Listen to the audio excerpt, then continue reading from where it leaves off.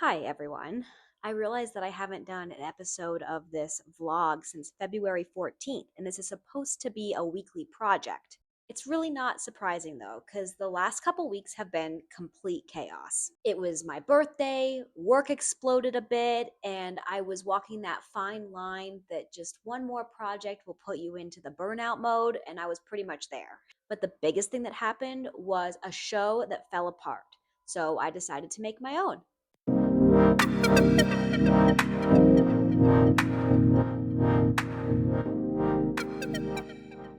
Okay, sit back for a minute because I got to give you a little bit of the background of this story. So basically, I'm always looking for new events to do locally. And there is a woman who is involved with the main local group that I do small shows with here in Vegas. You know, those kind of like night markets, a weekly pop up, like that kind of thing, not a whole weekend long arts festival. I was contacted about applying to be part of this Chinese Lantern Festival as a vendor because she was in charge of the vendors for this event.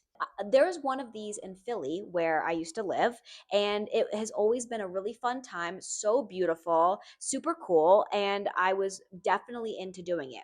The whole thing ran about 8 weeks, but you could select any block of days. I could pick a random day here, 3 days here, like whatever I wanted to do. And I decided to do the weekend over Valentine's Day. A couple weeks before the show was set to begin, I receive an email that this woman is no longer with the Lantern Festival. And I just wasn't quite sure what that meant. So I sent an email and I didn't hear anything, sent a few more emails, still didn't hear anything, and finally found another email from something that had been sent to me like over a month ago that I replied to. Someone finally answered me. Okay, not a great sign, but once that miscommunication happened, the person was pretty good about being in touch. The day of the show rolls around. I show up pretty early. I get anxious. I like to know what's going on. I want to be prepared. So when I got there and there wasn't a lot of people around, I wasn't that surprised. But however, I couldn't find anyone. There was like a security person who didn't seem to know anything. I'm like walking around the footprint of the festival, which honestly was extremely small, nothing like I pictured. Pretty like it was in a parking lot, which like that is a thing for Vegas. Like a lot of these, we have pumpkin patches and Christmas tree lots, all parking lots. But it just like didn't feel based on some of the marketing, it felt a little hoodwinky. And so I'm here, I have stuff, I'm gonna set up. So I text the person and I call the person, which they explicitly told me I could do and made sure that they had my phone number. Didn't hear anything. Finally find someone on site. Now people are kind of starting to arrive. Someone that knew who this person was and said they'd call them. Great. So they call. However, they're speaking in a different language, so I'm not entirely sure what they said. However, he said she will be right here. She's on her way. She'll be here shortly. Okay, great. There's not that many vehicles in the parking lot area, and the whole thing is much smaller, so it's the only place for you to park. And I have my big white van, and my doors are open, and I'm just kind of like hanging out. Nothing. I text her again. Some other people that knew what they were doing started to arrive, but I need to be shown like which booth is my booth. Finally, at about, I don't know, 45 minutes before the event starts, I called one last time and it sounded like they declined my call. Like it rang once or twice and then went away. I was so frustrated. I still stayed 20 more minutes because I just like didn't know what to do. It's been 13 years, guys, and I have never ever encountered something like this. I was so frustrated and just what a waste of my time prepping for the show, being there, everything. So, maybe about 15 minutes after the show was supposed to start, I finally hear back. And I do want to say that this woman was extremely apologetic. However, like it just didn't matter by that time. And even though I had signed up for another day, I wasn't about to come back for that second day. I did not trust this person. I also, once seeing the event, did not trust the event would bring in the crowd that they had promised. This was a pretty big moment for me. The whole thing was just extremely discouraging.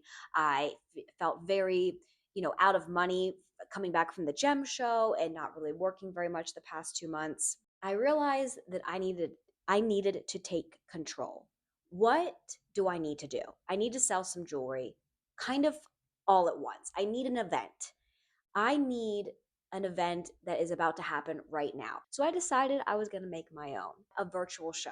I had done this twice in 2020, and both times it was so fun and it was pretty lucrative. I just don't know why I didn't really continue it. I got nervous or I felt like people would get tired of them. I'm not really sure. We have all sorts of mental blocks for our own businesses. As I've talked about in previous videos, if you haven't caught it, my phrase of the year is decisive action. So when I have these ideas, I need to stop just like daydreaming about them or thinking like, oh yeah, that would work really well. I need to actually do them, evaluate them. Are they good? Should I continue doing this? Keep doing the things that are working. I'm thinking in this moment, what is holding me back? What is the scariest part about doing this live that makes me not want to move forward? Really, it's the systems. It's, the actual technicality of going live on Instagram. What does that look like? How well will you be able to see the jewelry? Can I share shoppable links? Can I share photos? I just felt like I didn't know how to organize it. How much jewelry should I have? How much time should I spend on each piece?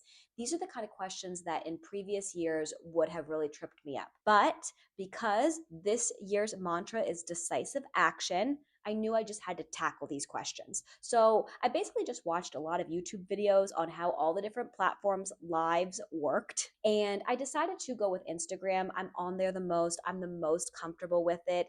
I liked that you could share the slides, although you used to be able to share shoppable links and you can't do that anymore. So I put together some systems that I felt very confident in. Honestly, I think I may have missed my calling as a 90s QVC host. In the end, I chose about 40 to 45 pieces. I figured it was always better to have more jewelry than less. I made a master spreadsheet where I listed all of these pieces of jewelry, all their prices, and I decided to do both a discounted section and a one of a kind section. I also wanted to introduce the mystery rings. I've talked about these before. Basically, for a slightly lower price than your standard sterling silver ring, I would choose the stone for you myself based on what I intuitively think that you need in your life right now. So maybe these rings are normally $129, but if you choose to go the mystery route, well, I choose it for you. I want to keep it under $100, do like $98, $99 or something like that. So that makes it kind of more appealing to people. The mystery part is a risk, and that's a fun risk, but you don't want to pay too much money for a risk. So that's my compromise. And I wanted to also do a raffle during the live. Anyone who orders a piece during the live gets entered into a raffle to win the very first mystery ring. I also did a 10% discount for the next month for anyone that stayed at least 15 minutes. This one I need to adjust for next time because I thought that once I was done with the live, I would be able to see everyone's information, and you cannot see any of the text. You cannot see any of any of the written things that people say, like who's on there, like a list of people that attended. You can't see any of that. It is just the video. The last thing that I did during the show to create some hype was introduce the new collection that's dropping on March 15th. It's my Crater Lake collection, and I hadn't officially announced that yet. And so I showed some pieces from the new collection. And then the way I did the main part of the show, I actually just went through all the pieces that I was going to use. And I just took 2 photos of each one, picked the best one, basically lightened it up, resized it, and then put text on the cover, like text right on the photo that kind of described the piece and the price that it was and the price that it is now. And then when I did the show, as I introduced the piece, I would put up the slide so they could really see the fine details, see the price, the name of it, just kind of get an idea of the piece. And then I would go to the live of me and I would try it on, talk about it, chit chat a little bit. And even when people weren't buying at first, because it probably took almost halfway through the show for the first order for someone to like actually claim something. But once someone claimed something, it happened a lot easier. And then the other change I would make is at the end of the show, I would give myself a little bit more time because honestly, I think people, even though I sent out a preview email too, something else we should discuss is the marketing. People wanted to see everything that I had. They were like writing down ideas of things they wanted. And then at the end, they were like, oh, can I see that turquoise piece again? Oh, you had like a rose quartz pair of earrings. Can we see those one more time? So definitely need to take some time to show everybody the pieces that they want to see again. I did have people hit me up afterward as well. So I think it's important to be around on Instagram and email after a show like this because people have like questions, and if you don't answer them immediately, they're going to lose interest. A quick touch on the marketing for this. For about 2 weeks, I announced it 2 to 3 weeks in advance because I wanted to get an idea of what the best date and time was for people to participate. And then once I got that info, I just, during the last week, I posted every day about it on Instagram, did a lot of like remind me's.